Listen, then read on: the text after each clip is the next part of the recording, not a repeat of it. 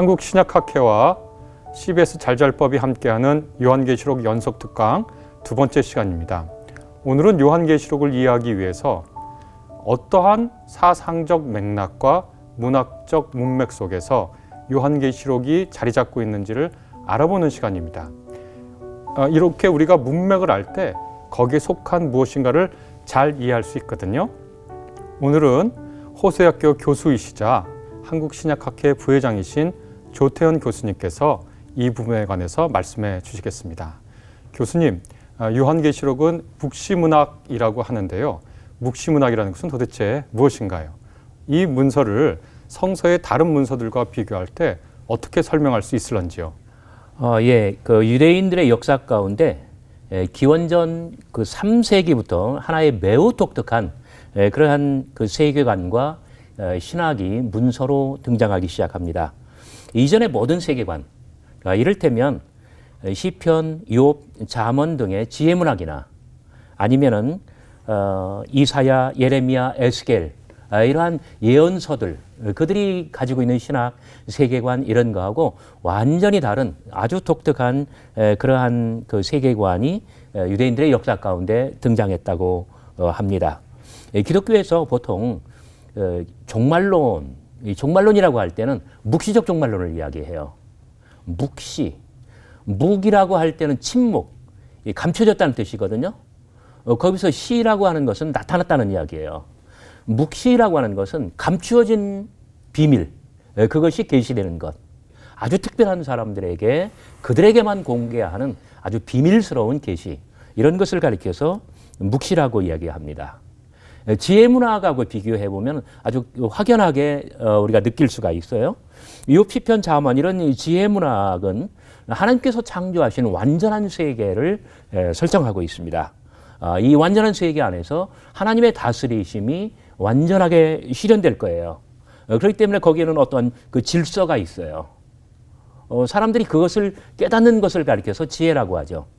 거기에 비해서 묵시문학은 바로 그 창조 세계가 이 사탄에 의해서, 이 벨리알에 의해서 완벽하게 점령되었고, 이 사탄이 이 지구를, 그러니까 세계를 다 장악하고 있다는 거예요.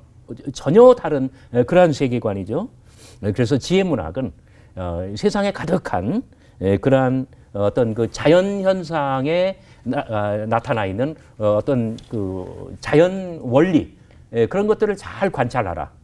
또 자연의 일부로서 그 인간의 경험, 우리가 살아온 삶의 이야기라든지 이 경험에 대한 성찰, 자연에 대한 관찰과 경험에 대한 성찰이 지혜문학의 가장 중요한 포인트입니다.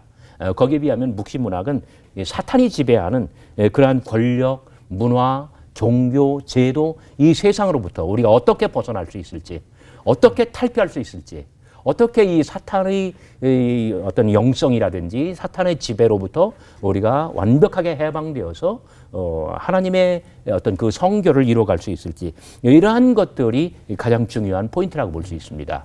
묵시적 종말론을 예언자적 종말론하고 비교할 수도 있습니다. 예언적 종말론은 한마디로 말하면 이론론이에요. 묵시적 종말론은 거기에 비하면 이원론이죠. 예언자적 종말론은 인간이 또는 이스라엘이 하나님께서 주신 언약, 율법을 지키지 않았을 때에 하나님께서 어떤 형벌을 주시는가, 어떤 심판을 주시는가, 그 종말을 이야기하는 거예요. 거기에 비하면 묵시문학의 종말론은 전혀 다르겠죠. 뭡니까? 벨리알, 사탄, 어떻게 이 적그리스도, 이런 것들을 다 잡아가지고 무저강에 쳐넣고 심판을 이행하며 현대 문화에 물들지 않은 그러한 거룩한 성도들을 구원하느냐, 이런 것들이 묵시적 종말론이 예언자적 종말론하고 다른 점이라고 설명할 수 있습니다. 자, 그러면 이 묵시문학이라는 것이 굉장히 독특한 그리고 구별되는 어떤 문학 그리고 세계관인데요. 이것이 특별하게 태동하게 된 그런 어떤 역사적 배경, 역사적 시기가 있나요? 어떻게 왜 이런 문헌이 이런 사상이 나오게 되었는지. 그 유대인들은 바벨론 포로로부터 귀환해서 에스라, 느헤미야, 그 전에는 스룹바벨, 예수와 이런 사람들 때부터 유대교라고 하는 것이 이제 형성되기 시작했어요. 그런데 그 가장 핵심적인 것은 에스라가 반포한 율법에 근거해서 이스라엘을 하나의 성전 국가로 만드는 거예요. 성전 국가, 템플 스테이트라고 했을 때 가장 핵심적인 개념은 뭐냐면 어떤 여호와의 성결, 이 퓨리티, 이 정결이 중심으로 자리를 잡는 그러한 어떤 제도와 국가 체제를 형성했다는 점입니다. 바로 이런 체제 속에서는 예루살렘 성전이 완전히 으뜸이에요. 그래서 성전이 성전 안에 입법, 사법, 행정 3권이 다 들어가 있고요. 중앙은행까지 거기에 들어갑니다. 이 성전 국가 체제에서는 대제사장만이 모든 권력을 완벽하게 다 독점합니다. 그런데 대제사장이 되려면은 어떤 조건이 필요하냐? 첫째, 어떤 지파? 레위 지파. 누구의 후손? 아론의 후손. 그 중에서도 누구의 계열? 사독 계열이어야 돼요. 이 질서가 유대인들에게는 굉장히 중요해요. 근데 기원전 333년 그 무렵에 알렉산더가 지중해 연안에 전체 세계의 어떤 패권을 차지하기 시작합니다. 그러다가 페르시아를 무찌르고 완벽하게 지중해 연안의 국제 세계를 다 통일해 버리는데 그때부터 이 헬레니즘이라고 하는 것이 쓰나미처럼 몰려옵니다. 어떤 세계화, 도시국가에서 어떤 세계적인 제국으로 변하죠. 그리고 신도시 건설, 혼합주의, 플라토니즘, 영혼 불멸과 사후 심판, 내세 신학, 어떤 미리 종교, 구약 성서의 어떤 전통적인 개념으로는 결코 설명할 수 없는 아주 완벽하게 새로운 세상과 새로운 사상, 새로운 문화가 쓰나미처럼 몰려오고 이것이 유대 사회를 다 덮어버려요. 그러다가 기원전 200년쯤 되면은 북쪽에 있는 이 셀루시드 왕조, 이 시리아 지역입니다. 이 사람들이 몰려오면서 예루살렘에 정말 아주 끔찍한 그런 헬레니즘화가 가속화되기 시작하는데, 그런데 이런 것을 다 가로막고 유대교, 여호와 하나님의 신앙을 보호해야 할 이 사제 계층, 이 대제사장이나 이 가문들이 완벽하게 뼛속까지 전부 다 헬레니즘화돼요. 그래가지고 기원전 2세기 초엽에 비하면 보면은 안티오코스 에피파네스 4세라고 하는 이 셀루시드 왕이 있는데 이 사람이 BC 167년, 기원전 167년에 예루살렘을 안티오코스에게 바친 도시로 만들고요. 예루살렘 성전을 제우스에게 바쳐버려요. 더 이상 예루살렘 성전 안에서 드려지는 예배는 그 제사는 여호와 하나님을 향한 것이 아니라 제우스를 향한 것이 돼요. 그러니까 막 유대인들이 볼 때는 막 미쳐 돌아가는, 온 세상이 완전히 다 미쳐 돌아가는 거예요. 여러분 그 80년 광주를 생각하면 그 사람들의 아마 마음을 어느 정도 이해할 수 있을지 몰라요. 위를 보아도 소망이 없습니다. 전후 좌우 어디에도 없습니다. 진로도 없어요. 우회로도 없어요. 그리고 퇴로도 없어요.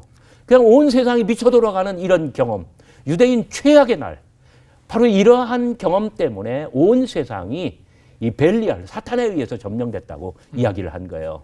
바로 이러한 역사적인 배경 속에서 묵시문학적인 세계관과 이 문서들이 나오기 시작했는데, 그런데 바로 그때에 마카비 독립운동이 일어나고 3년 반 만에 예루살렘과 성전을 수복해서 거기서 정말 감동의 그 하누카 제사를 드리게 됩니다. 이 3년 반 걸렸거든요.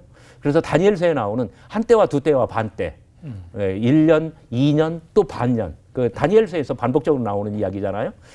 바로 이러한 그 당시의 어떤 역사적 배경을 직접적으로 반영하는 그러한 대목이라고 볼 수가 있습니다. 결국 묵시문학이라는 것이 헬레니즘, 강압적인 헬레니즘에 대한 유대인들의 격렬한 반작용, 신앙을 지키고자 한 그런 운동에서 비롯됐다고 말씀을 해주셨는데요. 그러면 이 묵시문학, 그것이 특정한 때에 특정한 이유로 탄생한 것이고 그것이 신약성서에 영향을 끼치고 요한계시록에 영향을 끼친 건데요. 신약성서와 묵시문학의 관계는 무엇이고 또 오늘날 우리가 묵시문학을 어떻게 받아들여야 할지요. 그게 궁금합니다. 조금 아까 제가 마카비 독립운동 말씀을 드렸는데 마카비 독립운동이 그것을 계승한 것을 우리가 이제 하스몬 왕조라고 부르거든요. 근데 이제 하스몬 왕조는 자체적으로 굉장한 모순을 안게 돼요. 왜냐하면 왕조 자체가 헬레니즘화돼 버렸거든요.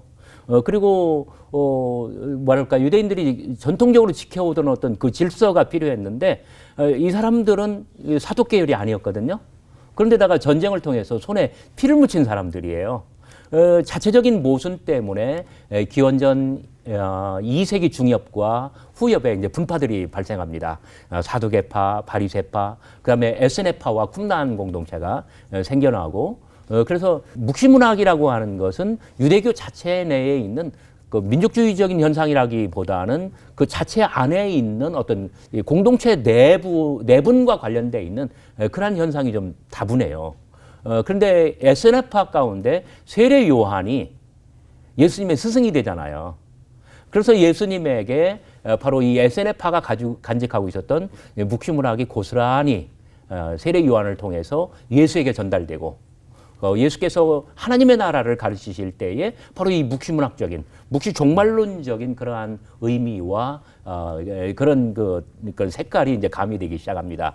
예수님이 사람의 아들, 인자로 신약성서에서 일컬어지는 것도 마찬가지겠고요. 바로 이런 이유 때문에 역사적 예수와 예수 운동은 유대교 내부에서의 하나님의 나라를 대표하는 갱신 운동으로 자리를 잡아갔던 것이고요. 그리고 기독교도 어떤 현실 문화에 완전히 함몰되지 아니하고 어떤 독특한 어떤 혁신적인 그러한 사상 체계로, 구원의 종교로 자리를 잡을 수 있었던 것입니다. 그런데 묵시문학에 대한 어떤 또는 성서적 종말론에 대한 올바른 이해란 저는 그렇게 생각을 해요. 마태복음 24장과 25장을 우리가 보통 종말장이라고 하는데, 거기 보면은 제자들이 예수님한테 여쭤보잖아요, 질문을. 그날이 언제가 되겠으며, 그날이 오기 전에 어떤 징조가 있겠습니까? 결국 때와 그 징조에 대한 두 가지 질문이거든요. 징조로 일컬어지는 것들이 주로 뭐예요? 예를 들어서 전쟁, 기근, 그 다음에 윤리의 어떤 쇠퇴. 여러분 한번 생각해 보세요. 인류 역사 가운데 전쟁이라고 하는 것이 없었던 때가 있나요? 기근이 없었을 때가 있나요? 이런 그 징조로 일컬어지는 것이 종말 직전에 있을 어떤 단 한 번의 유일적인 현상입니까? 아니면 인류 역사에 언제나 있어 온 하나의 보편적인 현상입니까? 후자잖아요. 그리고 그 날과 그 때에 대해서 뭐라고 말합니까? 그날과 그 때는 아무도 모르나니. 무슨 이야기예요? 하늘의 천사도 모르고 아들도 모르고 오직 아버지만 아시느니라. 성서적 종말론은 뭐랄까요? 이 초점이 종말이 아니라 현재라는 점이에요. 흔히 종말론에서 두 가지 이미지가 단골 메뉴로 등장하는데, 하나는 도둑이 언제 오느냐예요. 도둑이 언제 오냐고, 그때 시간이 만약에 폭로가 된다면 어떻게 사람들이 다 대비하잖아요. 종말의 어떤 그 때나 이런 것들은 비밀에 감춰져야만이 종말론으로서 이제 기능을 할 수가 있다는 이야기예요. 두 번째는 해산고통인데, 해산고통 너무나 심하잖아요. 그러나 그 고통의 시간이 지나고 아기를 출산하면 이 가정은 정말 하나님의 가정, 아름다운 하나님의 가정, 생명 가득한, 웃음 가득한, 바로 이 하나님의 나라에 대한 이 종말론적인 어떤 자극, 이미지, 이런 것들은 바로 여기서부터 오는 것 같아요. 그래서 이 종말론의 초점은 종말이 아니라 현재라는 점. 그 다음에 마태복음 25장에는 세 개의 대표적인 비유가 나옵니다. 첫 번째 뭡니까? 열처녀의 비유. 요점이 뭘까요? 준비하라. Be prepared. Be ready. 준비하고 있으라 얘기해요. 두 번째 비유가 뭡니까? 달란트의 비유. 네가 무엇을 어떤 책임을 맡고 있든지 그 맡은 일에 최선을 다하라는 거예요. 그 다음에 세 번째 비유가 뭐예요? 양과 염소의 비유. 곁에 있는 목마른 사람에게 물 한 잔 주는 것. 배고픈 사람에게 빵 한 조각 주는 것. 바로 이러한 것, 우리가 살아가면서 현실 세상에서 정말 하나님의 어떤 명령을 지키고 하나님의 뜻을 잘 수행하고 현재를 종말같이 이렇게 살아가도록 우리를 자극하는 것이 성서적 종말론에 대한 바른 이해라고 생각합니다. 종말론이라는 것은 현재를 살라, 준비하며 살라, 그 다음에 자기가 있는 자리에서 개인보다는 공동체를 생각하며 살라. 이 말씀이 신약 성서의 중요한 묵시문학적 종말론의 메시지라는 거 오늘 교수님을 통해서 더 잘 배울 수 있게 됐습니다. 네, 교수님 오늘 좋은 말씀해 주셔서 감사합니다. 네, 시청해 주신 여러분 모두 감사드립니다.